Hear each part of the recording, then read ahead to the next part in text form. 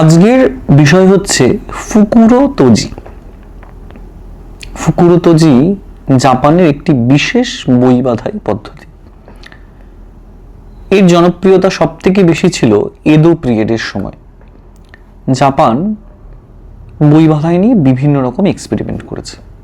এটি তার মধ্যে সব থেকে বেশি জনপ্রিয়তা লাভ করেছে। এটি শুধু জাপানেই ছিল না, আশেপাশে কোরিয়া এবং চীনেও এ ধরনের বই বাঁধাই লক্ষ্য করা যায়। জাপানি ভাষায় ফুকুরো কথার অর্থ হচ্ছে পকেট, আর তোজি কথার অর্থ হচ্ছে বাঁধাই। একটু এরকম ধরনের বই আপনাদেরকে দেখাই। কিছুদিন আগে আমার এক দাদা সুদূর অস্ট্রেলিয়া থেকে আমাকে এরকম ধরনের কয়েকটি বই পাঠায়। তার মধ্যে একটু দেখাই আর কি। সাধারণত বাংলা বই বা ইংরাজি বইয়ের যে বাঁধাই সেটি বাঁ দিকে হয়, এক্ষেত্রেও তাই। এক্ষেত্রে তার নিয়ম ব্যতিরেক কিছু নেই। তো সেরকমই একটি বই, এই হচ্ছে বইটি। হোকুসাইয়ের জাপানের কাঠের ছাপচিত্র নিয়ে এই বইটি। বইয়ের কভারে সাধারণত ব্যবহার হয়েছে সিল্কের কাপড়ের একটি অফসেট প্রিন্ট, ওই কাঠ খোদাইয়ের। ব্যাক কভারেও তাই। আর স্পাইনটা খোলা, এখানে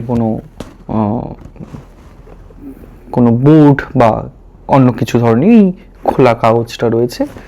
আর সেলাইয়ে একটি সুতো ব্যবহার হয়েছে, সেখানে এই ফুটো করে করে সেলাই হয়েছে পুরোটা একটি সুতোর মাধ্যমে।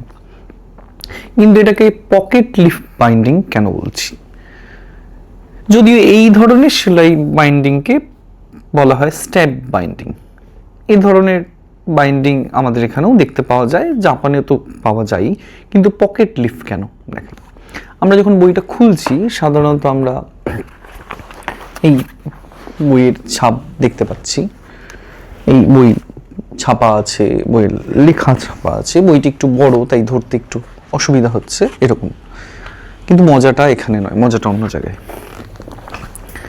মজাটা হচ্ছে আমি যদি একটি পৃষ্ঠা উল্টাই, একটি পৃষ্ঠার এদিকে লেখা বা ছবি আর এদিকে ছবি। এবারে একটু দেখাই, বইটির এই মাঝখানে কোনো কিছু ছাপা নেই, মাঝখানটা একটা পকেট খালি রয়েছে। আসলে জাপানে বা চীনে খুব পাতলা কাগজের ব্যবহার হতো। সেখানে লিখলে বা ছবি আঁকলে বা কাঠখোদাইয়ের ছবি ব্যবহার করলে বা টেরাকোটা দিয়ে তারা হরফ করে তার ছাপ নিলে তার উল্টো দিকে সেই ছাপ পড়তো, যার ফলে তারা একটি পৃষ্ঠাকে ভাঁজ করতেন। ভাঁজের যে মাথাটা দু সামনে মিলিত হচ্ছে, সেটি বই বাঁধাইয়ের ইনসাইডে স্পাইনের দিকে চলে যেত, আর ভাঁজের অংশটা আউটসাইডে চলে আসতো, যার ফলে বইয়ের পেছন দিকে যে ছাপ উঠে যেত, কালির ছাপ উঠতো, সেটি আর দেখা যেত না। এটি জাপানে বহু শতাব্দী পর্যন্ত খুব জনপ্রিয়তা পেয়েছিল এবং চীনেও এখনও এই ধরনের বই শিল্প বা বাঁধাই শিল্প আমরা দেখতে পাই। কিন্তু বাংলাতেও এই ধরনের কিন্তু বই বাঁধাই আমরা দেখতে পাই। স্বয়ং রবীন্দ্রনাথ জাপান গিয়ে এরকম বই বাঁধাই দেখে আসেন এবং বিশ্বভারতী থেকে এই ধরনের একটি বই প্রকাশিত হয়েছে। বইটি আপনাদেরকে দেখাই। বইটি হচ্ছে লেখন। বইটির কভার কাগজটি, এটি আমার প্রথম এডিশন নয়, আমার মনে হয় প্রথম এডিশনে সিল্কের কাপড় বা তসরের কাপড় ব্যবহার হয়েছিল, সঙ্গে স্ক্রিন প্রিন্ট। পেছনে রবীন্দ্রনাথের সই বা স্ট্যাম্প রট। স্পাইনটা খোলা ঠিক সেরকম, আর এই ধরনের স্ট্যাবিং করে সুতো দিয়ে বাঁধানো। ভেতরটায় এই রবীন্দ্রনাথের হাতের লেখায় ফ্যাক্সিমিলি করে ছাপা ব্লকে, আর কাগজটা ঠিক সেভাবেই ভাঁজ করে মাঝখানটা ফাঁকা রেখে এভাবে বইটি বাঁধাই হয়েছে। তা ভাবুন, বাংলাও কিন্তু গ্রন্থ নির্মাণে পিছিয়ে থাকেনি। অসাধারণ সব বই আমাদের বাংলায় প্রকাশিত হয়েছে।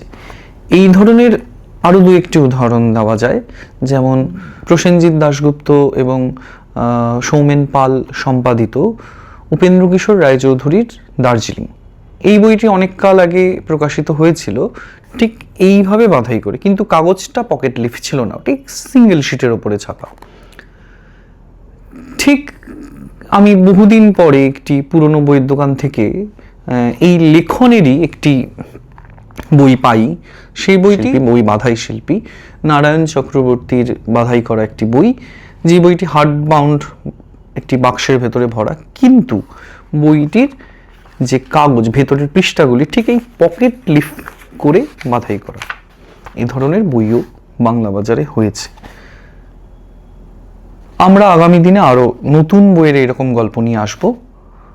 আপনাদের যদি ভালো লাগে অনুগ্রহ করে আমাদের এই গল্পগুলি শেয়ার করবেন, আমাদের পেজটি ফলো করবেন, এবং আগামী দিনেও আমরা নতুন নতুন বই পাঠককে দিতে চলেছি, পাঠকের সামনে আনতে চলেছি। আশা করি সেগুলো পাঠকের ভালো লাগবে এবং পাঠক সংগ্রহ করবেন। ধন্যবাদ।